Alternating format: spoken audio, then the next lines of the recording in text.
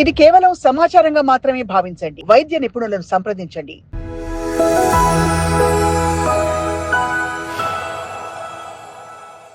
Welcome to Sakshi life. మీకు తెలుసా, ప్రపంచంలో రోజు 20 లక్షల మంది లివర్ సంబంధిత వ్యాధులతోని చనిపోతున్నారు. అదే మన ఇండియాకు వస్తే దాదాపు 500 నుంచి 700 వరకు జనాలు చనిపోతున్నారు లివర్ వ్యాధులతో. ఒక్క మాటలో చెప్పాలంటే మొత్తం దేశంలో రోడ్ యాక్సిడెంట్లు కూడా అన్నీ అవ్వటం లేదు మన ఇంత పెద్ద దేశంలో. కానీ లివర్ సంబంధిత వ్యాధులకు బారిన పడుతున్న వారి సంఖ్య రోజు రోజుకి పెరుగుతుంది. ఈ పరిస్థితిలో మనం వరల్డ్ లివర్ డే సందర్భంగా మన మధ్య ఈరోజు పుట్ట శరత్ గారు ఉన్నారు, transplant hepatologist of Apollo hospitals Jubilee hills. Sir ఇవాళ తన ఎక్స్పీరియన్స్ అంతా కూడా మన వ్యూవర్స్కి హెల్ప్ అయ్యే విధంగా సజెషన్స్, అంతేకాదు ఏ టైంలో ఎలా డయాగ్నోసిస్ చేసుకోవాలి, ఎందుకంటే లివర్లో 90% కేసులు ముందుగా డిటెక్ట్ చేసుకునే సందర్భాలే ఎక్కువ ఉంటాయి. కాబట్టి ఆ పరిస్థితిలోనే ఒకవేళ డిటెక్ట్ అయితే వ్యాధి సీరియస్గా కాకుండా ఉండడానికి చాలా ఆస్కారం ఉంటుంది. సో మనం sir welcome to our studio sir. So మొదట నమస్తే. ఇప్పుడు 41 ఇయర్స్ నుంచి 60 ఇయర్స్ వరకే ఎక్కువ ఈ పేషెంట్ బర్డన్ ఉంది అని అంటున్నారు. మొత్తం వరల్డ్ ఓవర్లో చూసుకున్నా, మన దేశంలో చూసుకున్నా కూడా ఆల్మోస్ట్ వరల్డ్ ఓవర్లో 150 కోట్ల జనాభా లివర్ వ్యాధితో బాధపడుతున్నారు. మన ఇండియా చూసుకుంటే కూడా దాదాపు ఒక 7 కోట్ల మంది దీంతో బాధపడుతున్నారు. రోజు మన ఇండియాలో కూడా మనం చెప్పుకున్నట్టుగానే 500 మంది చనిపోతున్నారు. సో ఈ స్టాటిస్టిక్స్ని అంతా దృష్టిలో పెట్టుకొని సార్ ఎక్కువ వర్క్ ఫోర్స్ ఎఫెక్ట్ అవుతుంది సార్. వాళ్ళ ఏదైతే మిడిల్ ఏజ్లో ఉన్న వాళ్ళ ఏదైతే హెడ్ ఆఫ్ ద ఫ్యామిలీ ఉంటారో వాళ్ళ లైఫ్ హెల్త్ ఎఫెక్ట్ అవుతుంది. సో మీరు రోజువారీ కేసెస్లో ఎట్లా మీరు డీల్ చేస్తున్నారు సార్? ఎట్లాంటి వాళ్ళు వస్తున్నారు మీ దగ్గర? లివర్ డిజీజ్ మీరు అన్నట్లు ముఖ్యంగా మిడిల్ ఏజ్లో చూస్తుంటాం అనమాట. Like 40 to 60 year age bracket మీరు ఏదైతే చెప్పారో, మెజారిటీ ఆఫ్ పేషెంట్స్ని మనం చూసుకుంటే ఈ ఏజ్ గ్రూప్కి సంబంధించిన వాళ్ళే ఉంటారు. కానీ నెలల పిల్లల నుంచి 90 ఏళ్ళు 100 ఏళ్ళ వృద్ధుల వరకు అందరికీ లివర్ జబ్బులు రావచ్చండి. బట్ కామన్గా అడల్ట్ పాపులేషన్, మిడిల్ ఏజ్ పాపులేషన్లో చూస్తుంటాం. అండ్ మన జబ్బులు కూడా ఏజ్ పరంగా జబ్బు మారుతుంటుంది. పుట్టిన పిల్లల్లో జెనెటిక్ డిజీజెస్ ఎక్కువ చూస్తుంటాం. అండ్ ఎల్డర్లీ పేషెంట్స్ అంటే 70-80 ఇయర్స్ ఏజ్ టచ్ అవుతున్న వాళ్ళల్లో క్యాన్సర్ ఎక్కువగా చూస్తుంటాం. మిడిల్ ఏజ్లో విచ్ ఇస్ 40 to 60 ఇయర్స్, ఈ మిడిల్ ఏజ్లో ఆల్కహాల్ను ఫ్యాటీ లివర్ ఎక్కువగా చూస్తుంటాం. Younger adults 20 years 10 years to 30-40 years ఈ ఏజ్ గ్రూప్లో వైరల్ హెపటైటిస్ ఎక్కువగా చూస్తుంటాం. అది మన ఏజ్ పరంగా మనకి డిజీజ్ ఎందుమూలన వచ్చింది అనేది ఆ కాజ్ అనేది కొంచెం వేరీ అవుతుంది సార్. అంటే ఎక్కువ శాతం అంటే మన ఇండియాలో అంటే ఎక్సెస్ ఆఫ్ ఆల్కహాల్ కన్జంప్షన్ వలన వీళ్ళ సంఖ్యనే పర్సంటేజ్ ఎక్కువ ఉంది, ఏదైతే ఆల్కహాల్ రిలేటెడ్ లివర్ డిజీజ్ అని చెప్పుకుంటున్నాము మనం. అది ఆ పేషెంట్స్ ఏ స్టేజ్లో వస్తున్నారు సార్? స్టేజ్ 1లో వస్తున్నారా మీ దగ్గరికి? ఏ స్టేజ్లో వస్తున్నారు? అన్ఫార్చునేట్లీ ఆల్కహాలిక్ లివర్ డిజీజ్ అనేది ఓన్లీ లేట్ స్టేజెస్లో చూస్తున్నామండి. దీనికి చాలా కారణాలు ఉన్నాయి. ఆల్కహాలిక్ లివర్ డిజీజే కాదు, majority of the liver diseases, అది వైరల్ డిజీజెస్ కానివ్వండి, ఫ్యాటీ లివర్ కానివ్వండి, లివర్ క్యాన్సర్ కానివ్వండి, ఇంకా అన్ఫార్చునేట్గా మన దేశంలో మాత్రం ఈ జబ్బులన్నీ కొంచెం అడ్వాన్స్ స్టేజెస్లోనే చూడటం జరుగుతుంది. దీనికి ఒక మెయిన్ రీజన్ కొంతవరకు అవగాహన లేకపోవటం, లేదా అవగాహన ఉండి కూడా హెల్త్ని నెగ్లెక్ట్ చేయటం, మెడికల్ అడ్వైస్ ఫాలో కాకపోవటం, మేబీ ఈవెన్ మనం at an elementary stage school education కానివ్వండి, యూనివర్సిటీ ఎడ్యుకేషన్లో కానివ్వండి, personal health, wellness, health disease prevention, ఈ టాపిక్స్ మీద మనం కొంచెం కరిక్యులం ఏదైతే ఉందో మనది, ఆ కరిక్యులంని కూడా కొంచెం చేంజ్ చేసుకొని స్ట్రీమ్లైన్ చేసుకొని చిన్నపిల్లల ఏజ్ నుంచే మనం హెల్త్ ఎలా కాపాడుకోవాలి అనేది అదొక చాలా essential part of the curriculum అండి. సో దీనికి చాలా రీజన్స్ ఉన్నాయి లేట్గా ఎందుకు ప్రజెంట్ అవుతున్నారు.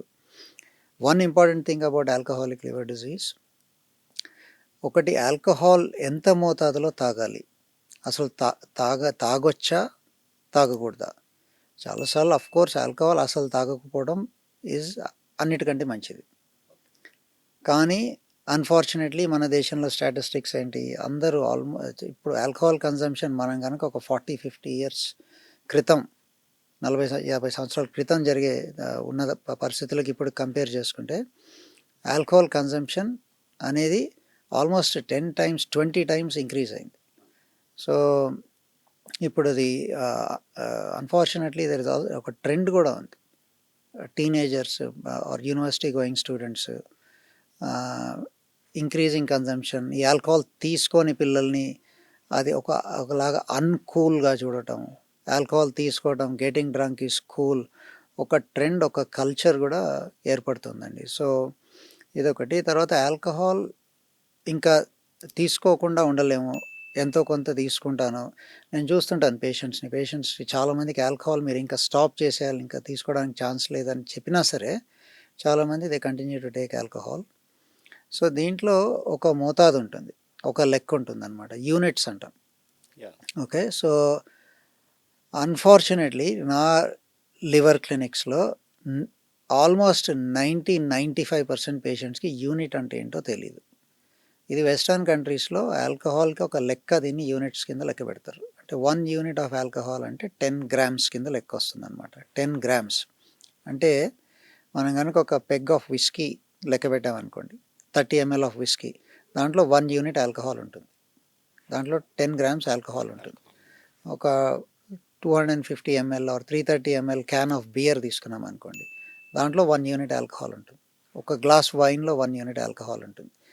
సో మనం కనుక వారానికి మేల్స్లో 14 units క్రాస్ అయ్యామనుకోండి, అంటే 14 drinks, ఒక 14 pegs క్రాస్ అయిన దగ్గర నుంచి లివర్ డిసీజ్ రిస్క్ పెరుగుతుంది. అలా కంటిన్యూస్గా సంవత్సరాల కొద్ది తీసుకున్న దగ్గర నుంచి. ఉమెన్లో అది ఇంకా లెవెల్స్ ఇంకా కొంచెం తక్కువ మోతాదులోనే లివర్ డ్యామేజ్ వస్తుంది. 7 to 10 units క్రాస్ అయిన దగ్గర నుంచి లివర్ డ్యామేజ్ వస్తుంది. సో యూనిట్ అంటే ఏంటి, మనం ఎంతవరకు తీసుకోవచ్చు, ఈ అవగాహన కూడా అన్ఫార్చునేట్లీ చాలామందికి లేదండి. So there's something called responsible drinking. మీరు సజెస్ట్ చేస్తున్నా కూడా పాటించారా సార్? ఎట్లా ఉంటుంది మీ పేషెంట్? యా, అది it's a cultural, it's a behavioural issue అండి. కొంతమందికి సైకలాజికల్ డిపెండెన్స్ ఉంటుంది ఆల్కహాల్ మీద. సంవత్సరాల కొద్దీ హెవీ ఆల్కహాల్ ఇంటేక్ అలవాటైన పేషెంట్స్కి అదొక హ్యాబిట్ కింద మారుతుంది, ఒక అలవాటు కింద మారుతుంది. అది అంత ఈజీగా మానేయటం అనేది అది సంభవం కాదు, అంటే రియల్ లైఫ్లో అన్ఫార్చునేట్లీ. నేను యాజ్ అ డాక్టర్ జస్ట్ ఒక మాట కింద చెప్పటం, ఆపేసేయండి రేపటి నుంచి అంటాం, అది it is not practical for a lot of people. అదంతా హెవీ హ్యాబిట్ కింద మారే ముందే ఆల్కహాల్ మనని కంట్రోల్ చేయకూడదు, ఆల్కహాల్ని మనం కంట్రోల్ చేయగలగాలి. So if you have to drink, don't drink alcohol, but if you have to drink, దానికి ఒక పద్ధతి, జస్ట్ ఒక weekend 1 or 2 days 1 or 2 drinks ఆ మోతాదులో తాగితే జనరలీ లివర్ డ్యామేజ్ అనేది రాకుండా ఉంటుంది. అదే సంవత్సరాల కొద్ది అలవాటు కింద మారిన దగ్గర నుంచి ఇంకా అప్పుడు చాలా పెద్ద ప్రాబ్లం కింద మారుతుంది. అప్పుడు పేషెంట్స్కి ఆల్కహాల్ అంటే విరక్తి పుట్టే మందులు కొన్ని ఇవ్వాల్సి వస్తుంది. తర్వాత డీఅడిక్షన్ కింద కొద్ది రోజులు అడ్మిట్ చేయటం, లేదా డీఅడిక్షన్ సెంటర్లో అడ్మిట్ చేయటం, ఇట్లాంటివన్నీ చేయాల్సి ఉంటుంది. సో ఇది అదొక మానలేని అలవాటు కింద మారే లోపే దీనికి తీసుకోవాల్సిన ప్రికాషన్స్ తీసుకోవాలి. సార్ మీ ప్రాక్టీస్లో మీకు ఏదైనా ఒక సాటిస్ఫైడ్ ఒక పేషెంట్ అంటే మీరు చెప్పినట్టు చేసి ఆయన లైఫ్ని చాలామంది ఉన్నారండి, చాలామంది ఉన్నారు. అన్ఫార్చునేట్లీ దీంట్లో పేషెంట్స్లో 2 రకాల పేషెంట్స్ ఉంటారు. ఒకటేమో తెలియకపోవటం, అవగాహన లేకపోవటం, తెలియకుండా నేను స్కాచే తాగుతున్నానండి, నేను ఆల్కహాల్ తాగుతున్నాను కానీ ఫైన్ స్కాచ్ తాగుతున్నాను, నేను తాగిన తర్వాత చాలా బాగా హెల్తీగా తింటాను, సో నాకేమవ్వదు, ఒకలాంటి అపోహ మైండ్లో. సో ఆ రకంగా కొంతమంది తాగే వాళ్ళు ఉంటారు. వాళ్ళని మనం ఎడ్యుకేట్ చేసినప్పుడు, అట్లాంటి పేషెంట్స్ నేను ఎడ్యుకేట్ చేసినప్పుడు, అంటే వాళ్ళకి ఫర్ ఎగ్జాంపుల్ ఏదో లివర్లో వాపు వచ్చింది, లివర్ టెస్ట్లో తేడా వచ్చింది, కన్సల్టేషన్కి వచ్చినప్పుడు వాళ్ళకి all the facts about alcohol, మీరు స్కాచ్ తాగినా సరే, లేదు లోకలీ మేడ్ లిక్కర్ తాగినా సరే, దాంట్లో మనం చూసుకోవాల్సింది పర్సంటేజ్ ఆఫ్ ఆల్కహాల్ చూసుకోవాలి. 40% మీరు బాటిల్స్ పైన కనుక లేబుల్స్ చూస్తే 40% వెయిట్ బై వాల్యూమ్ అని రాసి ఉంటుంది. అంటే మీరు ఒక 100 ml ఆ విస్కీ తీసుకుంటే that can be a scotch, can be an Indian make, it can be a local make. దాంట్లో 40% ఇస్ ఆల్కహాల్, అంటే దాంట్లో 4 యూనిట్స్ ఇస్ ఆల్కహాల్. సో కొంతమంది అవగాహన లేకుండా ఆల్కహాల్తో హెల్త్ రిలేటెడ్ డ్యామేజెస్ ఏమొస్తాయి అనేది కంప్లీట్ ల్యాక్ ఆఫ్ అవేర్నెస్ ఉంటుంది. అటువంటి పేషెంట్స్కి మనం ప్రాపర్గా ఎడ్యుకేట్ చేసి, అది ఓన్లీ నేను ఎడ్యుకేట్ చేయటమే కాదండి, అంటే కొంచెం ఒక సపోర్ట్, ఒక ఫ్యామిలీ సిస్టమ్, ఫ్యామిలీని ఎడ్యుకేట్ చేయటం, దీంట్లో ఉన్న రిస్క్స్ ఎక్స్ప్లెయిన్ చేయటం. కొంతమందికి వాళ్ళు ఫస్ట్ టైం నా దగ్గరికి వచ్చే టైంకి లివర్ పూర్తిగా పాడైపోయి ఉంటుంది. అటువంటి పేషెంట్స్కి మేము ట్రాన్స్ప్లాంటేషన్, లివర్ ట్రాన్స్ప్లాంటేషన్ కూడా చేసి, దాని తర్వాత ఇప్పుడు ఒక 10 ఇయర్స్ 15 ఇయర్స్ బాగున్న పేషెంట్స్ కూడా చాలామంది ఉన్నారు. రెండో రకం ఏంటంటే అన్నీ తెలుసు, ఆల్కహాల్తో లివర్ డ్యామేజ్ వస్తుంది, ఆల్కహాల్ హెవీగా తీసుకుంటారు, కామెర్లు వచ్చేసినాయి, లివర్ డ్యామేజ్ అయింది, హాస్పిటల్ అడ్మిషన్ అయిపోయింది, ట్రీట్మెంట్ ఇచ్చేసాం, రికవర్ అయ్యారు, మళ్ళీ ఇంటికి వెళ్ళి మళ్ళీ తాగడం మొదలుపెడతారు. దే హ్యావ్ సీన్ ఇట్, వాళ్ళు చూసారు ఏం డ్యామేజ్ జరుగుతుందో, but again they go back to alcohol. So that is what, దాన్ని మేము డిపెండెన్స్ బిహేవియర్ అంటాం. That is alcohol dependence. So 2 రకాల కింద ఉంటారు. ఒక గ్రూప్ ఏమో ఆల్కహాల్ ఎక్కువ మోతాదులో తీసుకుంటారు, తెలుసో తెలియకో ఎక్కువ మోతాదులో తీసుకుంటారు, వాళ్ళకి కొంచెం అవేర్నెస్ క్రియేట్ చేసి కొంచెం దాంతో జరిగే డ్యామేజెస్ ఎక్స్ప్లెయిన్ చేసినప్పుడు తగ్గియటమో మానేయటమో చేస్తారు. సెకండ్ గ్రూప్ ఇస్ డిపెండెంట్, వాళ్ళ కంట్రోల్లో లేదు, ఇంకా వాళ్ళకి ఆల్కహాల్ కంట్రోల్స్ దెమ్. సో ఆ second group is the more problematic group. అటువంటి పేషెంట్స్కి ఫ్యామిలీని ఎడ్యుకేట్ చేయటము, పేషెంట్ని ఎడ్యుకేట్ చేయటము, తర్వాత ఈ paramedical support. As a doctor మేము కొంతవరకే చెప్పగలుగుతాం.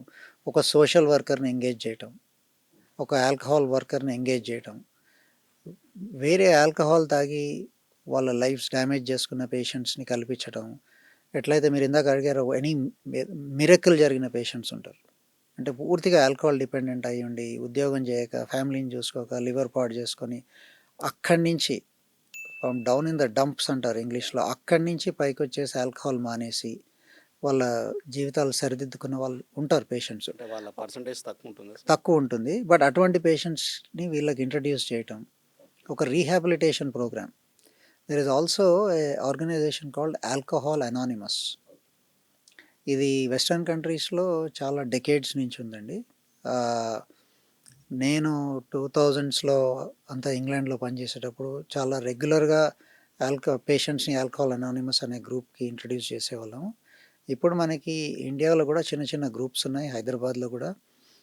ఆల్కహాల్ అనానిమస్ అంటే దీని అర్థం ఏంటి? అనానిమస్ అంటే ఆ గ్రూప్కి వెళ్ళి ఎవరైతే హెల్ప్ తీసుకుంటారో, ఆల్కహాల్ అలవాటు ఉండి మానలేక ఒకలాంటి వల్నరబుల్ పొజిషన్లో ఉన్న వాళ్ళు రెగ్యులర్గా కలుస్తుంటారు అనమాట.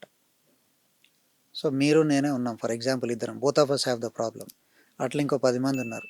ఒక సాటర్డే ఆఫ్టర్నూన్ అందరు కలిసి, ఓకే మీరేం చేశారు, మీరు ఒక 1 వీక్ స్టాప్ చేశారు, నేను ఒక 2 వీక్స్ స్టాప్ చేశాను, ఎట్లా చేస్తున్నాను, నాకు తాగాలనిపించినప్పుడు నేనేం చేస్తున్నాను, ఆ థాట్ని ఎట్లా ఓవర్కమ్ చేస్తున్నాను. సో ఈ డిపెండెన్స్ ఉన్న వాళ్ళందరిని ఒక రూమ్లోకి తీసుకురావటం, అండ్ ఒక సర్వైవర్, ఒక మిరకల్ సర్వైవర్స్ కొంతమంది ఉంటారు, సోషల్ వర్కర్స్ ఉంటారు, మెడికల్ ప్రొఫెషనల్స్ ఉంటారు, అదంతా ఒక గ్రూప్ లాగా క్రియేట్ చేసి, ఆ గ్రూప్ ఐడెంటిటీ ఎవరికి తెలియదు, అనానిమస్. అందుకనే మీరు కాల్ చేసి మీరు వెళ్ళిపోవచ్చు, దానికి మళ్ళీ ఒక రిజిస్ట్రేషన్, మీ పేరు, మీ ఐడెంటిఫైయర్స్ ఏమి ఉండవు అనమాట. మీకు కనుక ఒకవేళ భయం ఉంటే నన్ను గుర్తుపట్టగలుగుతారు, నేను ఈ ఆల్కహాల్ అడిక్షన్ ఉన్న గ్రూప్కి వెళ్ళి ట్రీట్మెంట్ తీసుకుంటున్నా అంటే అదొక అలాంటి సోషల్ స్టిగ్మా లాగా ఉంటుంది కొంతమందికి. సో అట్లాంటివి లేకుండా పేషెంట్స్ని హెల్ప్ చేయడానికి ఒకటి ఆల్కహాల్ అనానిమస్ గ్రూప్స్ అని కూడా ఉంటాయి, వాళ్ళ హెల్ప్ కూడా తీసుకోవచ్చు. మన ఇండియాలో అంటే మీరు గవర్నమెంట్స్ గురించి మాట్లాడారు కాబట్టి, అంటే ఇండియాలో ఇప్పుడు మనం చూసుకున్నట్టయితే అన్ని స్టేట్స్లో కూడా లిక్కర్ సేల్స్ ఇవన్నీ కూడా చాలా రోజు రోజుకి ఎక్కువనే అవుతున్నాయి. అండ్ గవర్నమెంట్స్ కూడా దాన్ని ప్రొహిబిషన్ అని తీసుకొస్తున్నారు, బట్ అది కంప్లీట్గా కూడా ఇట్స్ నాట్ గెటింగ్ ఇంప్లిమెంటెడ్. మళ్ళీ దాన్ని విత్డ్రా చేయడం పార్షియల్ అది ఇది. సో గవర్నమెంట్స్ పరంగా అయితే I think they are unable to do this prohibition thing కంప్లీట్గా సార్. అండ్ రెవెన్యూ కూడా it's also link to revenue. Exchequer కొంచెం 15-20% ట్రెజరీ దాంతోనే వస్తుంది అని అంటారు, ఆ రెవెన్యూస్తోని. దా సో ఈ సందర్భంలో సార్, అంటే ఇప్పుడు మీరు అన్నారు కొన్ని అరబ్ కంట్రీస్లో ఇట్స్ కంప్లీట్లీ బ్యాండ్. సో మన దగ్గర ఆ బ్యాన్ చేసే పరిస్థితి లేదు. సో మీరేమనుకుంటారు సార్? అంటే చాలా ఎన్‌జీఓస్ గానీ, గవర్నమెంట్ గానీ హెల్తీ లివర్‌ని ఇంకెక్కువ ప్రమోషన్ చేస్తే మంచిదంటారా వేరియస్ లెవెల్స్‌లో? అపార్ట్ ఫ్రమ్ స్కూలింగ్ ఆ లెవెల్‌లో కాకుండా. ఇప్పుడు మీరన్నారు ఒక డెఫినెట్లీ అండి. అంటే ప్రాబ్లమ్ ఈజ్ డ్రింక్‌తో జరిగే నెగెటివ్ హెల్త్ ఎఫెక్ట్స్ ఏంటి? సేఫ్ డ్రింకింగ్ లిమిట్స్ ఏంటి? ఈ ఇన్ఫర్మేషన్ పబ్లిక్‌లోకి పర్కులేట్ అవ్వాలి. ఓకే. తర్వాత అదొకటే కాకుండా ఈ అన్ యావరేజ్ కామన్ మ్యాన్ ఆల్కహాల్‌కి బానిస ఎందుకు అవుతున్నాడు? What are the prevailing conditions? అంటే కొంత కొద్దిమంది జస్ట్ ఆల్కహాల్ దాని టేస్ట్ గురించో లేకపోతే మత్తు గురించో తాగుతారు. బట్ చాలామందికి స్ట్రెస్సెస్ ఆఫ్ లైఫ్ కారణంగా గో టు తాగటం అనేది ఒక హ్యాబిట్ కింద మారుతుంది అది. So it's a very complicated topic. ఆ స్ట్రెస్సర్స్, ఆ ట్రిగర్స్ ఏవైతే ఉన్నాయో అది ఎట్లా అవాయిడ్ చేయొచ్చు? తర్వాత for example it can be something like a bad work place. Yeah! Bad work place habits ఉన్నాయి. ఇట్స్ నాట్ కంజీనియల్ ఎన్వైరన్మెంట్ లేదు. చాలా రీజన్స్ ఉంటాయండి. అవన్నీ ఇంకా at a personal level people need to understand how to address stresses and that alcohol is not a solution. And alcohol అది ఒక లెవెల్లో start చేసిన తర్వాత మనం స్ట్రెస్ ఓవర్కమ్ చేయడానికి ఆల్కహాల్ తీసుకున్నాం అనుకోండి, అది అక్కడ ఆగదు. ఫస్ట్లో 1 పెగ్ సరిపోతుంది, దెన్ 2 పెగ్స్ కింద మారుతుంది, దెన్ 3, 4, దెన్ అది ఇంకొక లెక్క లేకుండా పోతుంది. అది నైట్ నుంచి మళ్ళీ పొద్దున కూడా తాగాల్సి వస్తుంది మర్చిపోవడానికి. So that is the kind of information that needs to be passed on to people. And how to handle stress, that's a big topic. అదొక పెద్ద టాపిక్ దాంట్లోనే. సో మన ట్రెడిషనల్ ఇండియన్ మెథడ్స్ చాలా ఉన్నాయి. ప్రాణాయామం ఉంది, మెడిటేషన్ ఉంది, ఇవి చాలా ఉన్నాయి. ఇవన్నీ కొంచెం అడాప్ట్ చేసుకోవటం. స్ట్రెస్ మేనేజ్మెంట్ అనేది that's a very big topic. మనం స్ట్రెస్ మేనేజ్మెంట్ కనుక ఇంప్రూవ్ అయితే ఆల్కహాల్ కన్జంప్షన్ కూడా ఇంప్రూవ్ అవుతుంది చాలామందికి. I strongly believe in that. ఇప్పుడు ఆ సిగరెట్ యాడ్‌ది మూవీస్‌కి ముందు అవి చూపిస్తారు కదా సార్! టొబాకో చూయింగ్‌ది. ఆ లెవెల్‌లో ఉండాలంటారా? అంటే ఇది ఆ లెవెల్‌లో లేదు. చిన్న స్ట్రిప్‌తోనే వదిలేస్తున్నారు ఫిలిమ్స్‌లో. అంటే క్రియేటింగ్ అవేర్‌నెస్ ఆ లెవెల్‌లో ఉండాలంటారు. ఎస్, ఐ థింక్ ఆల్కహాల్తో వచ్చే డ్యామేజెస్ కూడా చాలా సిగ్నిఫికెంట్గా ఉంటాయి. సో అది తెలియజేయడంలో నష్టమేం లేదు. Coming to the second level of ఇది సార్, అంటే ఫ్యాటీ లివర్ డిజీజ్ సెకండ్ పొజిషన్‌లో ఉన్నట్టుంది కదా సార్ లివర్ డిజీజెస్‌లో మన ఇండియా. యాక్చువల్లీ లివర్ డిసీజెస్లో ఫస్ట్ పొజిషన్లో ఫ్యాటీ లివర్ డిసీజ్ ఉందండి. ఇది చాలా రీసెంట్ డేటా. లాస్ట్ 3-4 ఇయర్స్లో fatty liver has exploded. Research దాని యాహ్! గురించి అవగాహన, ఐడెంటిఫికేషన్ అన్నీ కూడా లాస్ట్ 5 ఇయర్స్లో ఒక ఎక్స్ప్లోషన్ జరిగింది. సో ఇండియన్ స్టడీస్ వచ్చాయి. ఢిల్లీ నుంచి ఒక స్టడీ పబ్లిష్ అయింది. It's multi centre Indian epidemiological study అంటాము.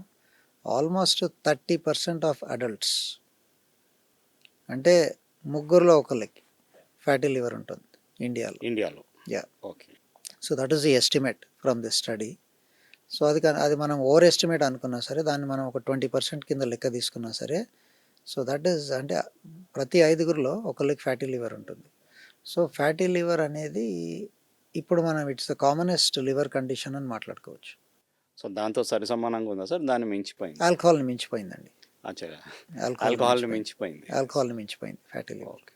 దీనికి ప్రధాన కారణాలు ఏం చెప్పుకోవచ్చు సార్? ఫ్యాటీ లివర్ ఒక్కసారిగా షూటప్ గాని. వన్స్ అగైన్ అంటే ఇది ఒక్కసారిగా షూటప్ అవ్వలేదండి. ఐడెంటిఫికేషన్ మెథడ్స్ ఇంప్రూవ్ అయినాయి. జనరల్ అవేర్నెస్ కూడా కొంత ఇంప్రూవ్ అయింది.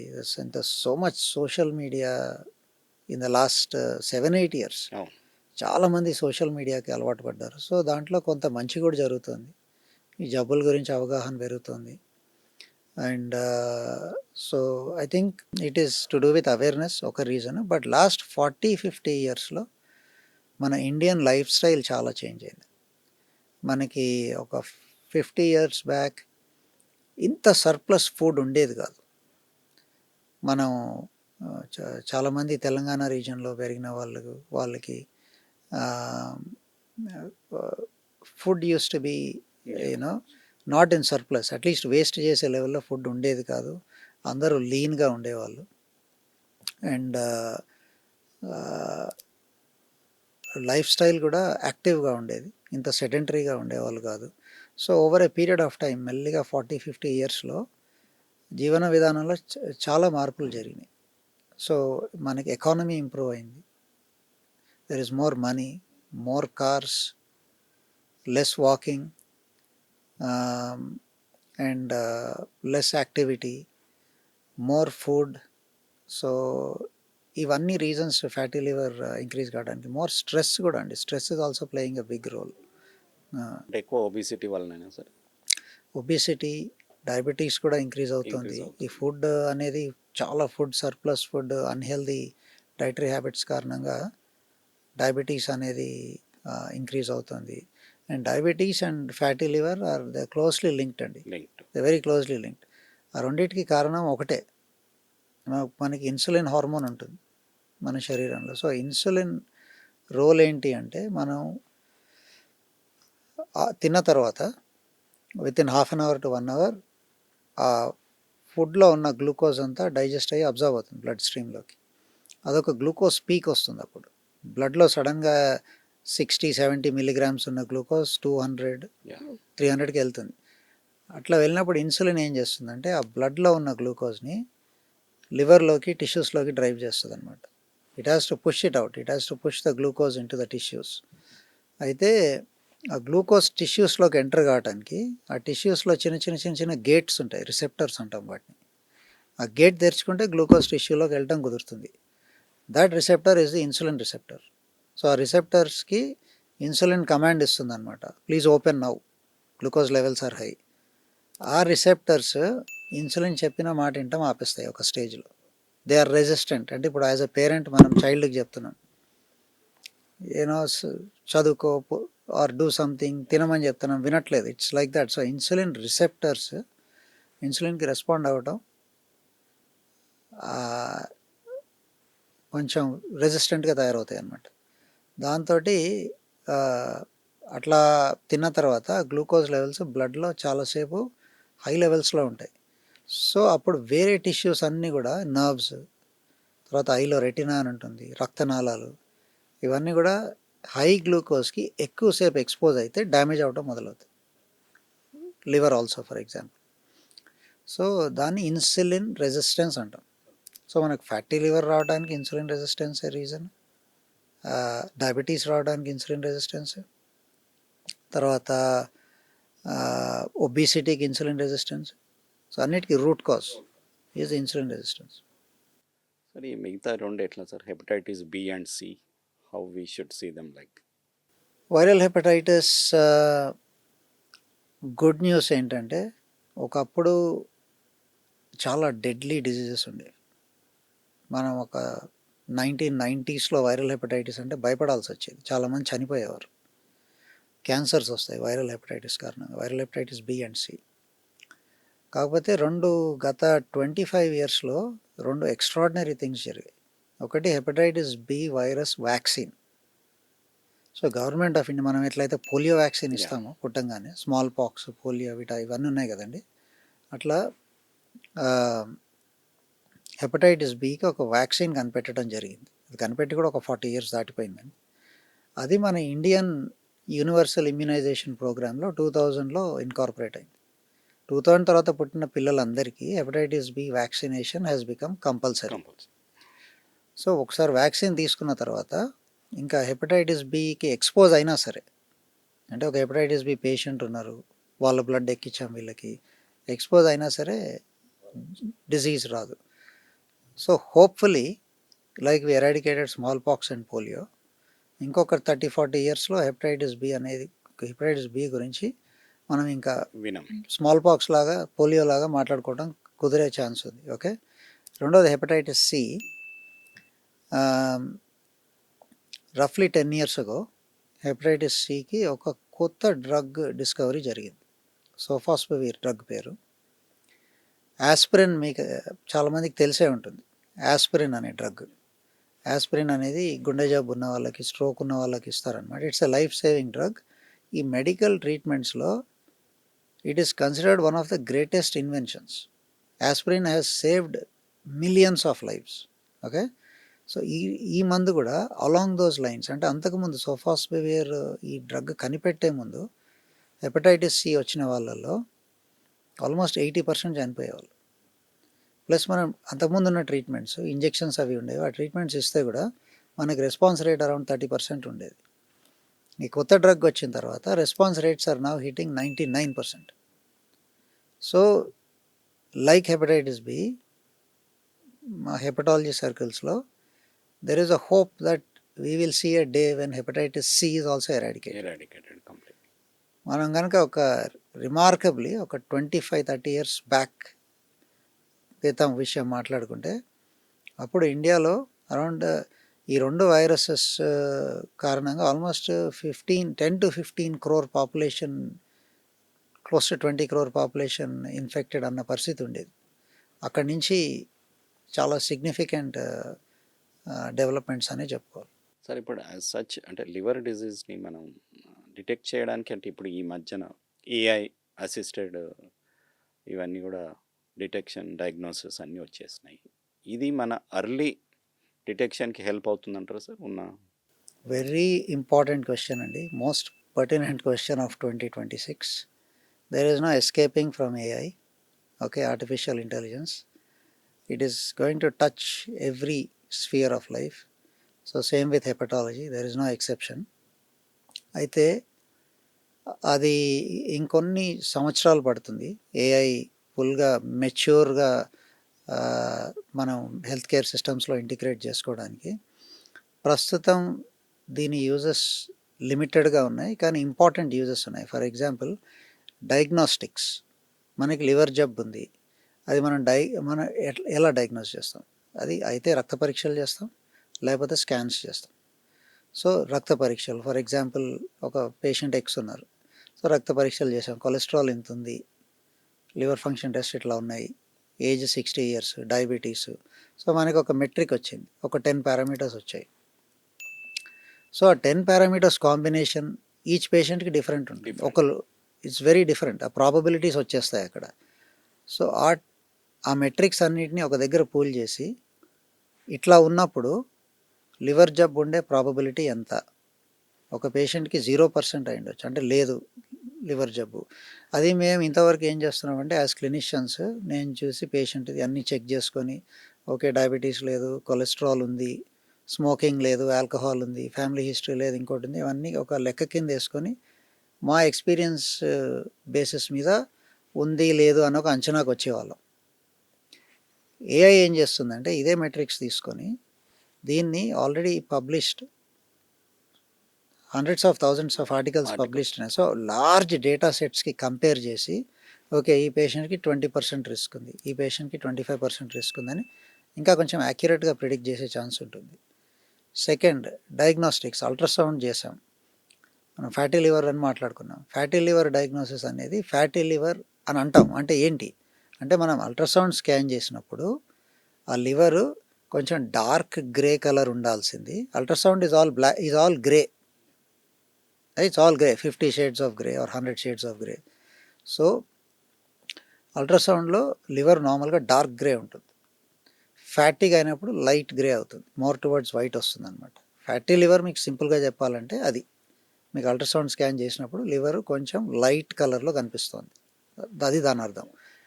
నా ఇప్పుడు అది గ్రేడ్ 1, గ్రేడ్ 2, గ్రేడ్ 3? ఈ గ్రేడ్స్ అంటే ఏంటి? గ్రేడ్ 1 అంటేనేమో 10% వరకు ఫ్యాట్ ఉంది.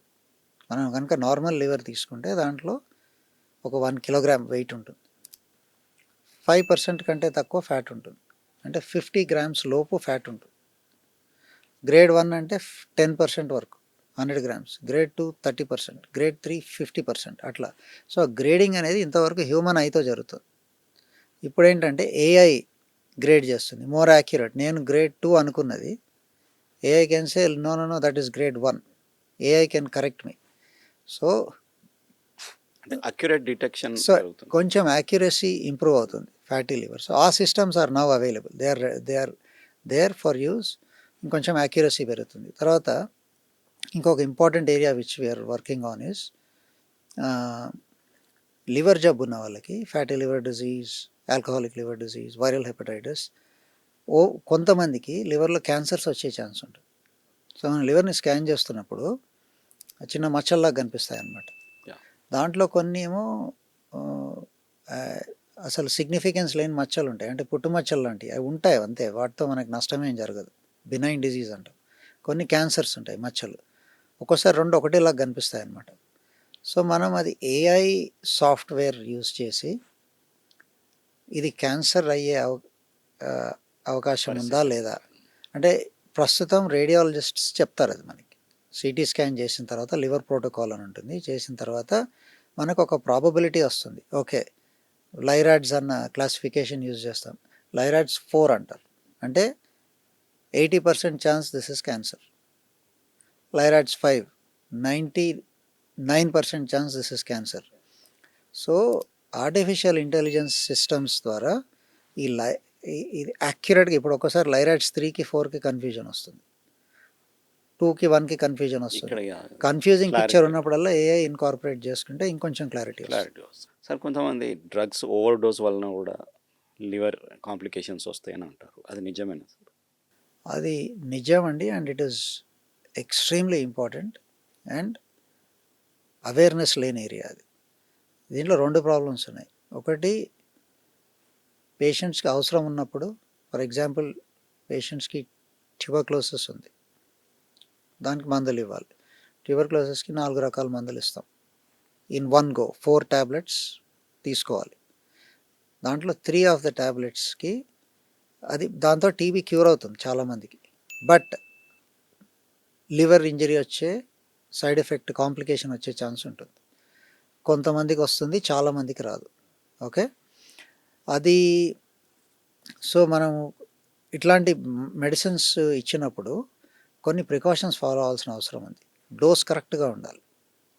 ఒక స్లిమ్గా ఉన్న మనిషికి మనం హై డోస్ ఇచ్చామనుకోండి, సో డోస్ అడ్జస్ట్మెంట్ ప్రాపర్గా ఉండాలి.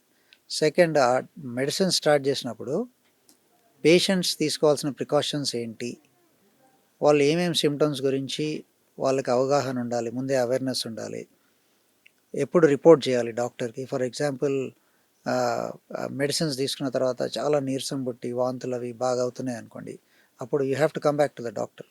సో కొన్ని మందులకి వాడాల్సి వస్తుంది, ఇంకొక ఆప్షన్ ఉండదు. టీబీ ఉన్నప్పుడు ఆ మందులు ఇవ్వాలి, బట్ కొంతమందికి లివర్ ఇంజరీ వస్తుంది. That is the lesser problem. Bigger problem is unnecessary medication, self prescribed medication. చాలామంది ఫార్మసీకి వెళ్ళిపోయి నాకు హెడేక్ వస్తుంది, నాకు జాయింట్ పెయిన్ ఉంది, నాకు వాంతులు అవుతున్నాయి, నాకు మోషన్స్ అవుతున్నాయి అని చెప్పేసి వెళ్ళటం, తీసేసుకోవటం, మందు ఓవర్ ద కౌంటర్ తీసుకోవటం, దాంట్లో యాంటీబయాటిక్స్ తీసుకోవటం. సో ఈ some of these medicines can cause significant liver damage, and that can be allopathic medicine, it can be other medicines also. న్యాచురల్గా దొరికే మెడిసిన్స్, పసర్లు అంటాం, ఇంకోటి అంటాం, అవి కూడా ఫస్ట్ జాండీస్ రాగానే యాజ్ అ నీజర్క్ రియాక్షన్ చాలామంది పేషెంట్స్ వెళ్ళిపోయి నాన్ అలోపతిక్ కొన్ని రకాల మెడికేషన్స్ తీసుకుంటారు, నాన్ లైసెన్స్డ్ మెడికేషన్స్ కొన్ని తీసుకుంటారు, దాంతో సివియర్గా లివర్ ఇంజరీ రావటం. సో మనం మెడిసిన్స్ పరంగా తీసుకోవాల్సిన ప్రికాషన్స్, అత్యవసరమైన మెడిసిన్స్ మాత్రమే ప్రిస్క్రిప్షన్ తీసుకొని వాడుకోవటం, నాన్ ప్రిస్క్రైబ్డ్ మెడికేషన్, అన్ప్రిస్క్రైబ్డ్ వెళ్ళి అక్రాస్ ద కౌంటర్ కొనుక్కొని వాడుకునేది ఆపేసేయాలి, లేదా తగ్గించాలి చాలు. ఓకే సార్, ఇప్పుడు ఈ ఏఐ మనకు ఏమంటారు లివర్ ట్రాన్స్ప్లాంట్లో కూడా కరెక్ట్గా మనం యూజ్ చేసుకునే పరిస్థితి ఉంటుందండి? ఎస్ అండి, ఏఐ చాలా చోట్ల యూజ్ చేయొచ్చండి.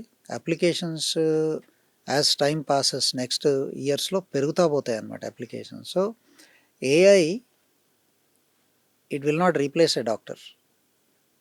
AI won't come and SIT in a hepatologist room and prescribe, కానీ డాక్టర్స్ యాక్యురసీ ఆర్ పెంచుతుంది, ఎర్రర్ రేట్ తగ్గిస్తుంది అనమాట. సో ట్రాన్స్ప్లాంట్ విషయంలో కొన్ని సమస్యలు ఉంటాయి. మనం ట్రాన్స్ప్లాంట్ చేయబోయే టైంలో, ఫర్ ఎగ్జాంపుల్ ఒక క్యాడవర్, ఒక బ్రెయిన్ డెడ్ డోనర్ నుంచి ఒక ఆర్గన్ వచ్చింది, ఆర్గన్ హెల్త్ ఎట్లా ఉంది, ఆర్గన్ ఫ్యాటీగ్ ఉందా లేదా, అండ్ డోనర్ పారామీటర్స్ ఎట్లా ఉన్నాయి, ఈ ఆర్గన్ యూజ్ చేస్తే రిసిపియంట్కి అవుట్కమ్ ఎంత వచ్చే ఛాన్స్ ఉంది. మనం ట్రాన్స్ప్లాంట్ చేసిన తర్వాత ఆ లివర్ ఫర్ ఎగ్జాంపుల్ ప్రాబ్లమ్స్ వస్తున్నాయి, రిజెక్షన్ ఉందా లేదా, వాటికి బయోమార్కర్స్ అని ఉంటాయి. ఆ టెస్ట్స్ అన్నీ చేసి మనం ఏ ఆల్గోరిథంలో ఫీడ్ చేస్తే మనకి ఓకే ఇది రిజెక్షన్ లాగా అనిపిస్తుంది, నాకు అనిపిస్తుంటుంది యాజ్ అ క్లినిషియన్. నేను చూస్తాను ఓకే డే 5 కొన్ని టెస్ట్స్ రాంగ్ డైరెక్షన్లో వెళ్తున్నాయి, మళ్ళీ జాండీస్ వచ్చింది, బ్లడ్ టెస్ట్లో ఈ పారామీటర్స్ ఉన్నాయి. సో నాకు ఒక ఇంక్లినేషన్ ఉంటుంది ఆల్రెడీ యాజ్ అ ప్రాక్టీషనర్. దానికి తోడు ఏఐ మనకి ఈ పారామీటర్స్ అన్నీ బెంచ్ మార్క్ చేసి లార్జ్ డేటా సెట్స్కి కంపేర్ చేసి ఎస్ ఈ పర్టికులర్ పేషెంట్లో ఇది రిజెక్షన్ లాగుంది అని అట్లా చూపించే క్లినికల్ పరిస్థితి అసెస్ట్ చేసే ఛాన్స్ వస్తుంది. అది అది ఇంకా అంటే అవైలబుల్ డోనర్ని కూడా లేదు. స్కాన్ చేయొచ్చు కదా సార్. ఏమంటారు? ఒక డోనర్ లివర్ చేయొచ్చండి, పరిస్థితిని కూడా చేయొచ్చు, ఏఐ యూజ్ చేసుకొని చేయొచ్చండి. అన్ని స్టెప్స్లో ఏఐని వాడచ్చు, బట్ అది ఫుల్ యూసేజ్కి రావడానికి ఇంకొన్ని సంవత్సరాలు పడుతుంది. Sir. Coming to the last question sir, like healthy లివర్ని అంటే స్ట్రాంగ్ లివర్ అనేది మనకి ఈసారి మెసేజ్ ఉంది. గుడ్ హ్యాబిట్స్ అండ్ స్ట్రాంగ్ లివర్ని మనం ఎట్లా మెయింటైన్ చేసుకోవాలనేది that is the slogan of this world liver day ఈసారి. సో దానికి సింపుల్గా ఒక 3 స్టెప్ ఫార్ములా ఏదైనా ఉందా సార్? నేను ఎప్పుడు ఒకటే చెప్తానండి, ఐఎమ్ హెపటాలజిస్ట్. అట్లా అని చెప్పి నేను ఓన్లీ లివర్ గురించి మాట్లాడను. మీ అన్ని ఆర్గన్స్కి కూడా కొన్ని హెల్త్ మంత్రాస్ ఉన్నాయి. Okay, eat well. Eating well అంటే ఏంటి మళ్ళీ అది తెలియాలి. అంటే ఈటింగ్ వెల్ అంటే పర్టికులర్లీ డిజీజ్ కండిషన్స్ ఉన్నవాళ్ళు, హెల్తీగా ఉన్న వాళ్ళని ఒక నిమిషం పక్కన పెడదాం. కొన్ని కండిషన్స్ ఉన్నాయి, డయాబెటీస్ ఉంది, ఒబేసిటీ ఉంది, హార్ట్ డిసీజ్ ఉంది, ఇంకోటి ఉంది. ఈటింగ్ వెల్ అంటే లో కార్బోహైడ్రేట్స్. కార్బోహైడ్రేట్స్లో కూడా ఒక లాంగ్వేజ్ ఉంటుంది, లో గ్లైసెమిక్ ఇండెక్స్, లో గ్లైసెమిక్ లోడ్. మనం తిన్న తర్వాత బ్లడ్లోకి ఎంత షుగర్ రష్ వస్తుంది అనేది, అది లోడ్ అండ్ ఇండెక్స్ అని 2 లెక్కలు ఉంటాయి. సో లో కార్బోహైడ్రేట్, రిఫైన్డ్ కార్బోహైడ్రేట్ అంటే మైదా, దాన్ని అంతా రిఫైన్ చేసి జల్లెడ పట్టినట్టు అనమాట. దాంట్లో పొట్టు ఉండదు, కాంప్లెక్సిటీ ఏమి ఉండదు, చాలా ఈజీగా డైజెస్ట్ అవుతుంది.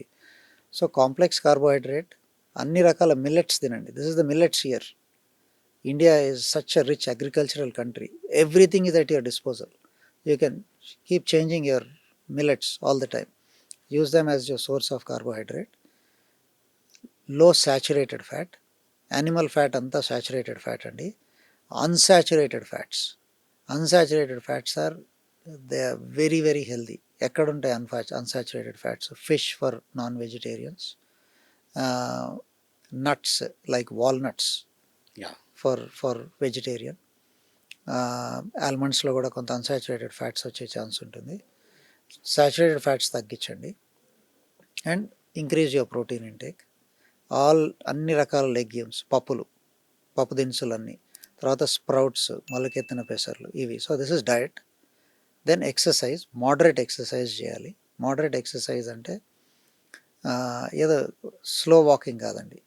మీరు ఎక్సర్సైజ్ చేసే టైంలో మీరు ఒక సెంటెన్స్ గసబెట్టకుండా మాట్లాడలేని పరిస్థితి ఉండాలి. మీరు ఒక ఫుల్ సెంటెన్స్ మాట్లాడాలంటే కొంచెం మీకు ఆయాసం రావాలి. That is moderate exercise. At least 5 days per week చేయండి. And manage your sleep and stress. So sleep well. స్లీప్లో ఒక డీప్ స్లీప్ స్టేజ్ అని ఉంటుంది. అది ఆన్ యావరేజ్ 1/2 hour నుంచి 2 hours మధ్య ఉంటుంది. బాగా హెల్తీగా ఉన్న వాళ్ళకి, ఒక పీస్ఫుల్ క్వైట్ మైండ్ ఉన్న వాళ్ళకి almost 2 hours deep sleep. So most important 2 hours in your 24-hour life cycle. Restorative sleep అంటారు. అంటే మీ మసిల్స్ రికవర్ అవుతాయి, మీ ఇమ్యూన్ సిస్టమ్ రికవర్ అవుతుంది, మీ ఆర్గన్స్ రికవర్ అవుతాయి. మనకి బాడీలో అన్ని కెమికల్ రియాక్షన్స్ అయ్యి వేస్ట్ ప్రొడ్యూస్ అవుతూ ఉంటుంది, ఆక్సిడేటివ్ వేస్ట్, అదంతా క్లీన్ అవుతుంది. సో రెస్టోరేటివ్ స్లీప్ ఉండాలి. And avoid alcohol, smoking and these habits. Thank you doctor గారు. సో ఈ వరల్డ్ లివర్ డే సందర్భంగా మీ యొక్క అమూల్యమైన సమయాన్ని మాకు వ్యూవర్స్కి మీరు కేటాయించి వాళ్ళకి మంచి సూచనలు అందించినందుకు సార్. సో ఇది సాక్షి లైఫ్లో ఈసారికి వరల్డ్ లివర్ డే సందర్భంగా మన లివర్ని ఎంత స్ట్రాంగ్గా హెల్తీగా ఉంచుకోవాలా అనే విషయాలన్నింటినీ మనం తెలుసుకున్నాం. మరొక వీడియోలో మరిన్ని హెల్త్ టిప్స్, మరిన్ని హెల్త్ విషయాలను మనం తెలుసుకునే ప్రయత్నం చేస్తాం.